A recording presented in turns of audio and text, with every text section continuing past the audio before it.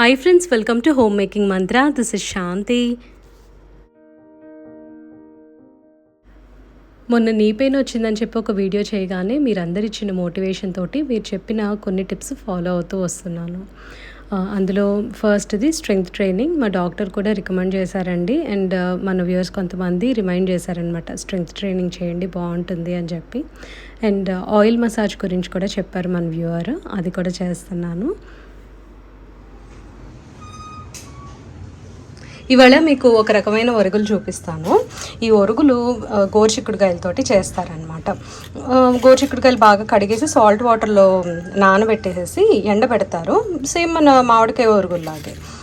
కాకపోతే దీంట్లో ఎక్కువ సాల్ట్ ఉండదు. అంటే ఒక్కొక్కళ్ళ ప్రాసెసింగ్ మెథడ్ ఒక్కొక్కలాగా ఉండొచ్చు. కొన్నేమో బాగా సాల్టీగా అనిపిస్తాయి, కానీ ఇప్పుడు నేను తెచ్చుకున్న బ్యాచ్ మాత్రము అంత సాల్ట్ తెలియట్లేదు అనమాట. సో ఇవి వచ్చేసరికి మామూలుగా మనం డీప్ ఫ్రై చేసేసుకుంటాము. ఆయిల్ ఎట్లా పీలుస్తుంది అంటే నార్మల్గా మన ఊర మిరపకాయల కన్నా కూడా కొంచెం తక్కువ ఆయిలే పీలుస్తుంది. అండ్ ఈ వడియాలు వచ్చేసరికి ఈ అప్పడాలు వచ్చేసరికి కొంచెం రెడ్ చిల్లీ ఫ్లేక్స్ ఉన్నాయి, అండ్ కొద్దిగా జీలకర్ర కూడా వేశారు, బాగున్నాయి. And coming back to this, ఈ ఒరుగులు ఇవి మేబీ కొంచెం స్లిట్ పెట్టి పెడతారేమో. ఇవి నేను ఇంట్లో తయారు చేద్దామని అనుకుంటా, కానీ మాకు ఇక్కడ బాగా దొరుకుతాయి అన్నమాట. ఈజీగా ఇయర్ రౌండ్ ఒక సీజన్ అంటూ ఉండదు, దొరుకుతాయి. సో ఇట్లా వస్తుంది అనమాట ప్యాకేజింగ్. అది లూజ్గా సేల్ చేస్తారు, ఇలా ప్యాకెట్స్లో ఉంటాయి. ఇంకా మనం ఏ బ్రాండ్ కావాలంటే, లేకపోతే ఎక్కడ ఏ షాప్లో కావాలంటే అక్కడ అవైలబుల్ ఉంటే కనుక తీసుకోవచ్చు. సుండకాయలు అంటారు అనమాట, వాటితో కూడా ఇలా ఒరుగులు చేస్తారు. అవేమో పప్పులో తాలింపుల్లో అట్లా వేసుకుంటూ ఉంటారనమాట. సో ఇవైతే చాలా టేస్టీగా ఉంటాయి. గోంగూర పప్పుతోటి మామిడికాయ పప్పుతోటి చాలా బాగుంటుంది. అందుకని ఇవాళ ఫ్రై చేశాను. ఇవాళేమో మామిడికాయ పప్పు చేశాను. మామిడికాయ పప్పు చాలా టేస్టీగా ఉంది. అసలు ఎంత బాగుందో చూడటానికి. లైక్ రైస్ కూడా నానబెట్టేసాను అనమాట, కుక్ చేయాలి. అండ్ బాయిల్డ్ ఎగ్స్ పెట్టాను నాకు, సిద్ధుకి. సిద్ధుకి మా హస్బెండ్కి వైట్ రైస్, అండ్ నాకేమో కీన్వా పెట్టాను అనమాట. సడన్గా ఈ డైటరీ చేంజెస్ అట్లా కాదండి, అప్పుడప్పుడు నేను కీన్వా పెట్టుకుంటూ ఉంటాను రైస్ బదులుగా.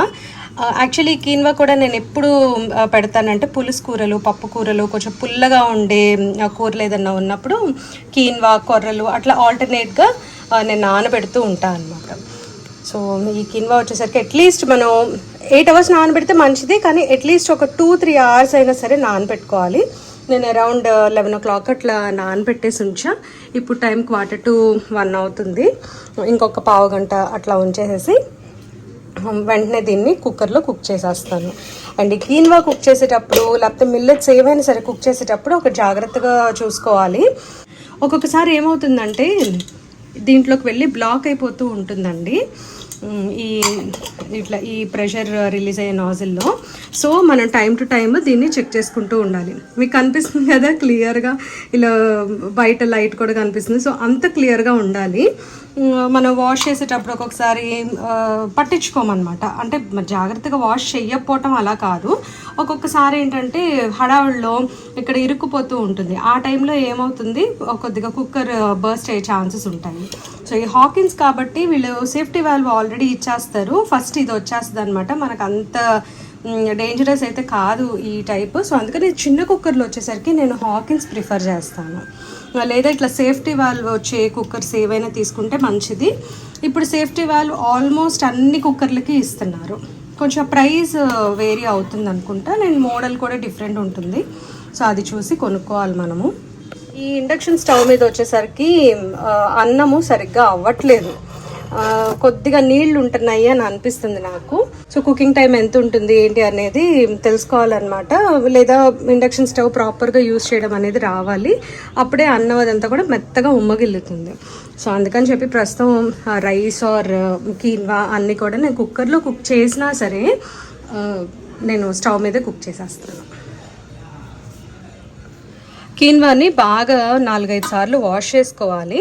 అంటే depends on the brand that V by. ఎందుకంటే కొన్ని కొంచెం రాళ్ళు అవి లేకుండా క్లీన్ చేసేసి ఇస్తారు. కొన్నేమో పెద్ద పెద్ద బల్క్లో ప్యాకెట్స్ తీసుకున్నప్పుడు చిన్న చిన్న రాళ్ళు అని చెప్పి పుల్లలు అవి వస్తూ ఉంటాయి. దాని ప్రకారం మనం క్లీన్ చేసుకోవాలన్నమాట.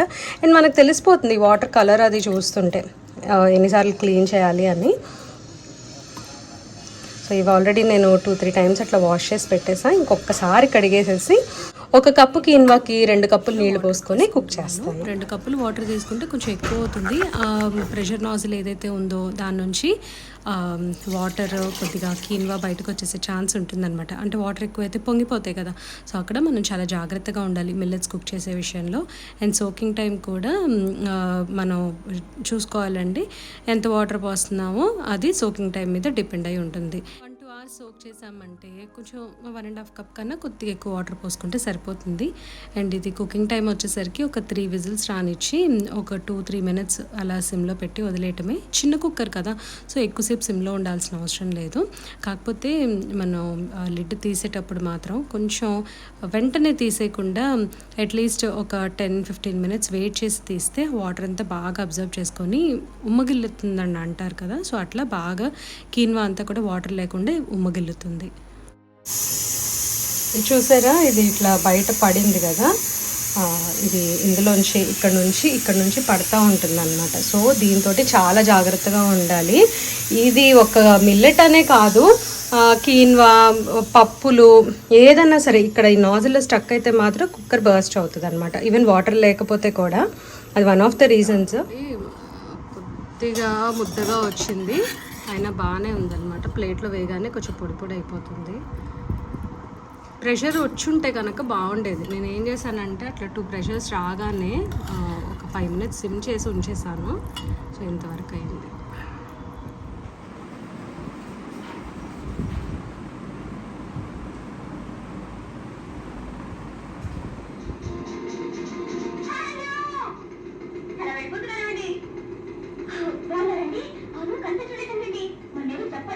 ఈ మధ్య కొత్త సినిమాలు ఏ చూద్దామా అని చెప్పి వెతుకుతా ఉంటే మరో చరిత్ర కనిపించిందనమాట. ఈ మూవీ నేను చూడలేదు. అసలు చెప్పాలంటే చాలా ఓల్డ్ మూవీస్ నాకు సాంగ్స్ తెలుసు కానీ మూవీస్గా తెలీదు. సో అందుకని ఏదన్నా ఇట్లా అప్పుడప్పుడు కనిపిస్తే చూస్తూ ఉంటాను. ఎంత బాగుందంటే మూవీ, అంటే లాస్ట్లో కొంచెం ఆబ్వియస్లీ ఏంటంటే ఆ క్లైమాక్స్ దగ్గర అట్లా స్టోరీ సాగదీసినట్టు అనిపిస్తుంది కానీ బట్ అసలు ఎంత బాగుందంటే సినిమా నాకు చాలా చాలా నచ్చింది. కానీ అన్ఎక్స్పెక్టెడ్గా లాస్ట్లో వాళ్ళిద్దరూ కూడా ఉండరు, అది ఒక్కటే నాకు నచ్చలేదు. బట్ స్టిల్ మూవీ చాలా చాలా బాగుంటుంది. పాటలు కూడా భలే ఉంటాయి. అలా చూస్తూ ఉండిపోయాను అనమాట. 2.5 అవర్స్ ఎట్లా గడిచిందో కూడా తెలియలేదు. ఇవాళ మాకు ఇక్కడ ఎలక్షన్స్ జరుగుతున్నాయి. సో హాలిడే అనమాట అందరికీ. నేను, మా హస్బెండ్, సిద్ధు ముగ్గురం కలిసి బయటికి వెళ్తున్నాము లంచ్కి. సో ఇప్పుడు ఇవాళ నేను డ్రైవ్ చేస్తున్నాను. జస్ట్ ఫర్ 20 మినిట్స్ అట్లా పడుతుంది. ఇక్కడ నుంచి మధురై పాండ్యానికి వెళ్తున్నాం అనమాట. అక్కడ నాన్ వెజ్ చాలా బాగుంటుంది. ఆబ్వియస్లీ మా హస్బెండ్కి ఏంటంటే వెజ్ ఆప్షన్స్ అక్కడ తక్కువ, బట్ సిద్ధు కోసం అని తీసుకెళ్తున్నాము. ఆ రోజు మాల్స్, రెస్టారెంట్స్ అన్నీ కూడా చాలా క్లోజ్ ఉన్నాయన్నమాట. 1-2 అంటే లైక్ నాన్ తమిళియన్ రెస్టారెంట్స్ తప్పించి మిగతావన్నీ కూడా క్లోజ్ ఉన్నాయి. సో తిరిగి జీషాన్ దగ్గరకు వచ్చాము. వాళ్ళు 1 అవర్ వెయిటింగ్ అన్నారు. సో మళ్ళీ 1 అవర్ ఎక్కడ వెయిట్ చేస్తామని చెప్పి తిరిగి మొత్తం తిరిగి మళ్ళీ జీషాన్కే వచ్చాము. ఇక్కడ మాత్రం ఫుడ్ ఆసమ్ ఉందండి. బిర్యానీ కొంచెం స్వీట్గా అనిపించింది కానీ గ్రేవీ పార్ట్లో రైస్ బాగుంది. యాపిటైజర్స్గానేమో తంగడి కబాబ్ అండ్ చికెన్ రోస్ట్ తీసుకున్నాము. 2 కూడా చాలా బాగున్నాయి. మంచి మన Andhra flavours గుర్తొచ్చాయన్నమాట.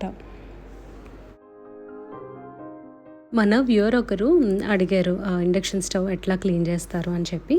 Just soap and water తోటే క్లీన్ చేస్తానండి. నార్మల్గా మనం కౌంటర్ టాప్స్ ఎట్లా అయితే వాష్ చేసుకుంటామో సేమ్ అదే విధంగా వైప్ చేస్తే సరిపోతుంది.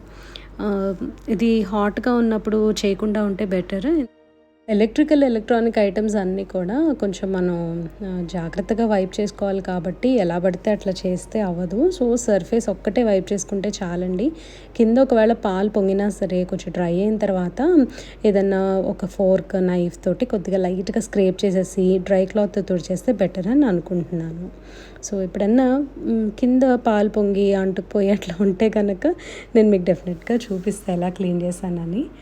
అండ్ నెక్స్ట్ ఇది వచ్చేసరికి గోంద్ కటీరా అంటారు కదా, సమ్మర్కి చాలా మంచిది, అందుకని కొద్దిగా సోక్ చేసా. ఇది వచ్చేసరికి మేము వాటర్ మెలన్ జ్యూస్లోనో లేకపోతే మజ్జిగలోనో కలుపుకొని తాగేస్తాము. అంటే మజ్జిగ కూలింగే, బట్ స్టిల్ ఇది వేసుకుంటే ఎక్స్ట్రా కూలింగ్ లాగా ఉంటుంది అని అనిపిస్తుంది.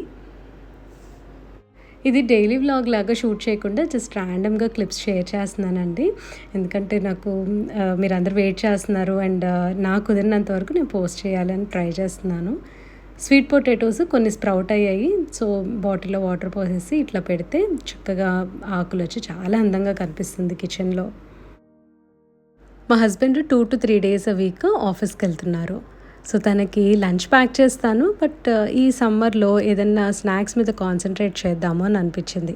టైం టు టైం ఏమైనా తీసుకుంటా ఉంటే కొంచెం హెల్త్ బాగుంటుంది కదా, నీరసం రాకుండా ఉంటుంది, ఎండ దెబ్బ కొట్టకుండా ఉంటుంది. సో నేను ఏం చేస్తున్నానంటే ప్రోటీన్ పౌడర్ అండ్ కొంచెం వాటర్ ముందుగానే ఒక జార్లో కలిపేసుకొని అందులో మ్యాంగో పీసెస్ వేసి బాగా బ్లెండ్ చేసి ఉంచేసాను. ముందుగానే చియా సీడ్స్, కోకోనట్ మిల్క్ 2 కలిపి సోక్ చేసి ఉంచా. యాక్చువల్లీ ఇది కోకోనట్ మిల్క్ అంటే థిక్ మిల్క్ కాదండి, కోకోనట్ డ్రింక్ అనమాట, అలా గ్లాస్లో పోసుకొని తాగేసేయచ్చు. ఇది మనకి ఇన్స్టామార్ట్, బ్లింకిట్ వీటన్నిటిలో కూడా అవైలబుల్ ఉంది. ఓన్లీ ఎర్త్ బ్రాండ్ అనమాట, ఇది స్పాన్సర్డ్ కాదు, నేను ఫ్రీక్వెంట్గా తీసుకుంటా ఉన్నా. ఇందులో కొన్ని ప్రిజర్వేటివ్స్ ఉంటాయి కానీ అప్పుడప్పుడు ఇష్టంగా తాగుతూ ఉంటాం అనమాట.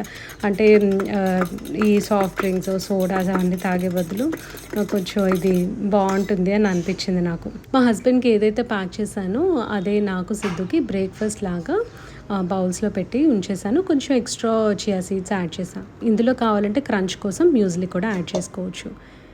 ఇది ఒక హాఫ్ అన్ అవర్ అలా సోక్ చేసేసి ఫ్రిడ్జ్లో పెట్టుకొని తింటే చాలా బాగుంటుంది. వీక్లీ క్లీనింగ్లో పాటుగా ఇవాళ కొన్ని బాగా నీట్గా డీప్ క్లీన్ చేద్దామని చెప్పి ప్లాన్ చేసుకున్నా. అందులో ఈ పాట్ కూడా, ఈ పాట్ క్లీన్ చేసి ఆల్మోస్ట్ ఒక 2 months అవుతుందండి. సో బాగా డస్ట్ పేరుకుపోయింది. ఇది ఎండాకాలం అవటం వల్ల ఎక్కువగా మొక్కలు ఇంట్లో పెరగట్లేదు, అన్నీ కూడా పోతున్నాయి అన్నమాట. సో నేను ఏం చేశానంటే ఇంకా నాకు లివింగ్ రూమ్లో ఏవి బతకట్లేదు అని చెప్పి ఆర్టిఫిషియల్ ప్లాంట్స్ తెప్పించుకున్నా. ఇంతకుముందు ఆర్టిఫిషియల్ ప్లాంట్స్ నాకు నచ్చేవి కాదు, ఎందుకంటే చూడటానికి అవి నిజంగా ఆర్టిఫిషియల్గానే కనిపించేవి. కానీ ఇప్పుడు డిఫరెంట్ క్వాలిటీ వస్తున్నాయండి, చాలా బాగుంటున్నాయి. ఫ్లవర్స్ కానీ ఈ స్టెమ్స్ కానీ ఏవైనా సరే కొంచెం న్యాచురల్ లుక్లో ఉంటున్నాయి, చూడటానికి బాగుంటున్నాయి. ఒక్కసారి కొని పెట్టుకుంటే అట్లా కొన్ని సంవత్సరాలు వచ్చేస్తాయి అనమాట. ఇది బోర్ అనిపిస్తే దీన్ని ప్లేస్ మార్చచ్చు, దీని ప్లేస్లో ఇంకొకటి ఏదైనా పెట్టచ్చు. సో ఇవైతే నేను పడేను, మీకు ఆల్రెడీ తెలుసు నేను మార్చి వాడుతూనే ఉంటాను కదా. సో ఈ 2 తెప్పించుకున్నానండి. ఈ 2 bunches వచ్చేసరికి నాకు అరౌండ్ 600 rupees అట్లా పడ్డాయి. నేను బ్లింకిట్లో ఆర్డర్ చేసుకున్నాను.